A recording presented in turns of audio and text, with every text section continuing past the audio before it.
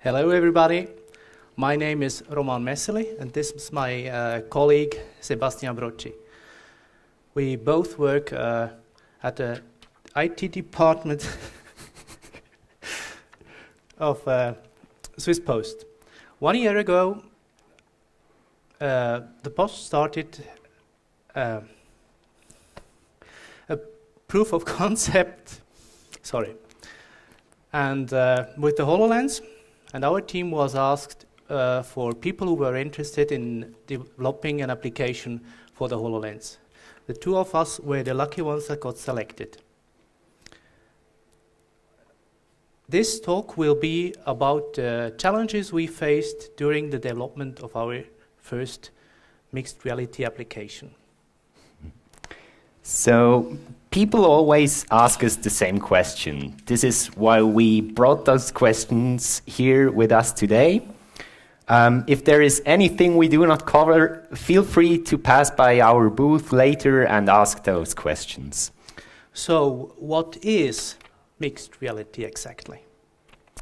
Mixed reality is a term used by Microsoft to describe their lineup of devices in augmented and virtual reality. Who has already tried the HoloLens? Hands up. Yeah, nice. Great. So those of you who have already tried it probably know the feeling of other people looking at you, laughing, taking pictures, while you interact with things that they don't see. So if you never had the opportunity, or if you want to become a star, you can try the HoloLens at our booth. So, to get started, some facts about the HoloLens. The HoloLens, in short, is a PC running on Windows 10 that you can put on your head. As usual in Windows 10, you have a store where you can find already several hundred applications specifically written for the HoloLens. Isn't it quite heavy? The HoloLens weighs around 580 grams, which is actually pretty light for a computer. But Microsoft also points out that this is a task-oriented device and not thought for longer shifts. It is also important to adjust the device to your head and calibrate the eye distance, so you get a good experience. What is your experience? How long can you wear the HoloLens? Well, 1 or 2 hours is absolutely no problem. In our tests, people actually forgot about the weight after a while. What about glasses and people who see only with one eye? Well, as you can see, I am wearing glasses, and that's absolutely no problem. In our office, we also have one guy who only sees with one eye. And when I asked him whether he can see the holograms, he just answered, "Of course, I'm not blind." So, what components are built in the HoloLens? Well, a lot of sensors.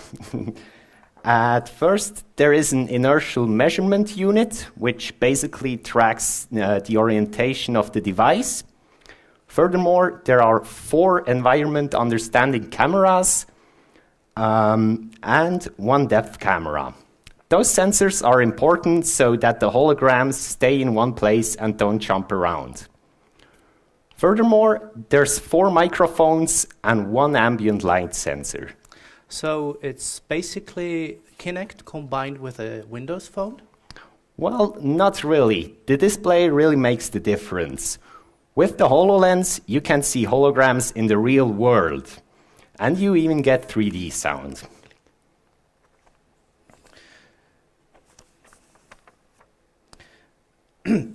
There is only a 32-bit processor and 2 GB of RAM. What can the HoloLens handle? Usually, you don't want to overload the display, like in the famous hyperreality video from Keiichi Matsuda. It is one of the big challenges here to find a good balance between simplicity and aesthetics. So, what's so great about the HoloLens? Well, you get a whole PC that fits on your head, while your hands are free to interact with objects in the real world. I think Microsoft really found a good balance between performance, weight, and functionality here. About performance, how long does the battery last? That heavily depends on the usage. Constantly using the depth-sensing cameras will use up your battery fast. The developer has to decide when it makes sense to use which functions and when to leave them out. So that's the hardware, but what about the software? How do you develop applications for the HoloLens? Well, to develop mixed reality applications, we use Visual Studio in combination with Unity. We use C# scripts to then add additional functions. So, who has already developed an application with Unity? Nobody? Ah, okay. Okay, some few. Okay, so for those who do not know Unity, Unity is actually a game engine used by many state-of-the-art games and applications. Other VR and AR devices also use Unity for development. Game engine? Do you play around the whole day? Of course we do. No, seriously, there is also the possibility to develop applications using DirectX. But Unity offers a lot of great tools for that. You can also easily deploy your applications on different platforms using Unity. Mixed reality is rather new. How is the support from Microsoft? And are there any libraries that support development of mixed reality applications? Well, Microsoft officially supports Unity with their mixed reality toolkit for all of their devices. In addition, there are also some third-party libraries like Vuforia, which make developing mixed reality applications straightforward. So, what kind of applications do you develop for the Swiss Post? Games. No, obviously, we normally develop applications, but with a little effort, we also created a gamified version of our first use case, which you can try at our booth. Can you tell us more about the use case? Of course. Our first use case for the HoloLens is a virtual overlay for a sorting rack to support the sorting of letters and parcels, like the one displayed here in the image. There are currently hundreds of these racks distributed in post offices all over Switzerland. Why do the employees have to sort the letters by hand? Do they not sort the letters in big centers with big machines? Of course, big machines sort most of the letters, but there will always be some cases which cannot be sorted automatically. This is when the employees have to sort those manually. There are labels on the racks with street names and house numbers. What happens if addresses change and new houses pop up? Well, that's exactly the problem with the current system. These racks are labeled with paper labels and are used to sort mail for specific locations. If there are any changes, the employees have to change those labels manually. Why don't you try to add small electronical displays to the racks? Well, this was actually tested at first, but with all those displays, there comes a lot of cables and batteries. Therefore, an installation and maintenance of all those displays really is a pain. In addition, the solution is also not very cheap. As previously said, there are more than 100 boxes in one of those racks, and there are hundreds of those racks all over Switzerland. So you can do the math yourself. So what is the advantage of using HoloLens to sort letters? Well, the big advantage is that you do not have to change anything manually on the racks. You create the configuration once and then just change the addresses. You said the solution with the electronic displays is rather expensive. What about the price for a HoloLens? Well, a commercial version is around 6,000 Swiss francs. This does not sound very cheap, but compared to the electronic displays, you only need one. In addition, you can also use the HoloLens for different cases. Can you show us some pictures of the application? Of course. Here you see a picture of the first prototype, which was developed within a week. Well, nice colors, but you cannot see what is behind the hologram. People could hurt themselves when they try to take out the ledger when they do not see what is behind the hologram. Absolutely. There are many things to consider. The whole topic of mixed reality is pretty new, and user experience is very important. This is why we spent a lot of time improving UI UX since then. So, what did you change to the application? Firstly, we use frames instead of those big colored areas. The user should be able to find the relevant information easily, and the holograms should not hide any important real-world information. We only display the information needed at the time it's needed. For example, when sorting letters, we display the address. When taking out the letters, we display the information about the number of mailboxes. How did the users react to the information displayed in a head-up display? Well, the range of reaction was pretty big, from, wait, there's a head-up display, to, yeah, it really helped a lot. Looks nice, but wouldn't it even be better if you would recognize the address on the ledger and then highlight the right box automatically? Absolutely, that would be an awesome feature, but sadly the resolution of the camera is not good enough. The processor is also not very fast, and for such cases you need an immediate response. In the end, our employees are faster in just reading themselves. What about barcodes? Barcodes should be easier to scan. Yeah, in another project we also tried to read barcodes with the camera, but the results sadly still were pretty bad. This is why we added a ring scanner via Bluetooth. A ring scanner? So your hands are no longer free? That's right, but the scanner does not really influence the process, as you can still grab things with it. This solution also saves time, rather than putting things 10 centimeters in front of your head constantly.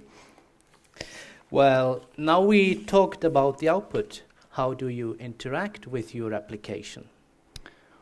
When we started 1 year ago, we tried to track the position of the hands to try to identify interactions with the rack.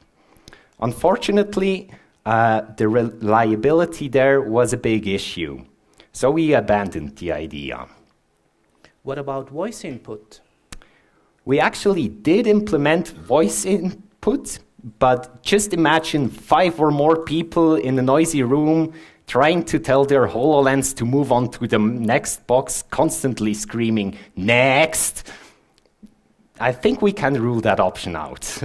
So, what solution did you find? Well, in the end, together with the users, we found a nice way to navigate simply through head tracking. Microsoft calls this input also gaze. As you can see, the color of the frame changes from blue to yellow when the user gazes at a box, and after a fixed time, the green frame locks on the box, and the selection moves on to the next one. The reliability is important to not lose time while sorting letters. Are the employees faster with the HoloLens? The difference between trained people with and without a HoloLens really is insignificant. However, there are other aspects. What aspects are you talking of? Well, we can save a lot of time since we can change those labels very easily. We can also save space because the racks can be reused. Another great advantage is that people with no previous knowledge are pretty much as fast as trained people. You can use the HoloLens to train new people with that. In your tests, the acceptance of the HoloLens was good. What about the stability of the platform consisting of device and software? Well, during live tests, user reported repeatedly that the application crashed. After the restart of the application, they could make it work again, but it took a bit of time. Sounds like a serious problem. Well, not really. The platform actually really is stable. The problem was that the HoloLens recognized the movement of the hand when they sorted in a letter as the bloom gesture and minimized the application. What is the bloom gesture? You can imagine it like the Windows button of the HoloLens. It minimizes applications and opens up the start menu. So, could you change the gesture? Unfortunately, it's not really possible to change the gesture at the moment. It's deeply embedded in the system. I read that in Taiwan, this gesture seems to be rather rude. Well, so how did you solve the problem? Well, the current solution is to put the HoloLens in a kiosk mode to disable this gesture. But in the long term, we need a different approach. It is important to work together with everyone to find a good and balanced solution here. Most of the time you develop applications for personal computers. What is the big difference in developing applications for the HoloLens? Well, there is literally a new dimension to work with. The application we usually develop for our users are only two-dimensional. Well, I guess it's advantageous if you are not bad at mathematics. Exactly. Finally, you can use that vector geometry you learned at school. Unity helps a lot with that, but you have to be careful with local coordinates and world coordinates. So this is when you sit at your workplace and ask yourself, where is my hologram? Or why is my hologram so small? Exactly. Placing objects in Unity is pretty simple. As soon as you start to dynamically add objects to the scene and move them around, it gets more complicated. Some operations are easier to do in local coordinates, some operations are easier in world coordinates. So how long did it take you to get accustomed to Unity and the third dimension? Well, I like mathematics and vector geometry, so I adopted it rather fast. Okay, so you develop your application and deploy it on the HoloLens, and that's it? Well, not really, but once you know where the challenges are, it gets easier. So what is the biggest challenge when deploying the application? Performance. The application can run perfectly in Unity on the computer, but on the HoloLens you may have a terrible performance. The frame rate is really important to keep the hologram stable, so you want to keep it high. To achieve a good performance, it is important to select the right materials and limit the polygons used. Well, unfortunately, we are running out of time. Last question. Do the employees already use the application today? Well, the whole thing is a proof of concept right now, but the interest in the HoloLens is constantly growing, and we hope to bring it to productive use very soon. Well, there are still a lot of questions.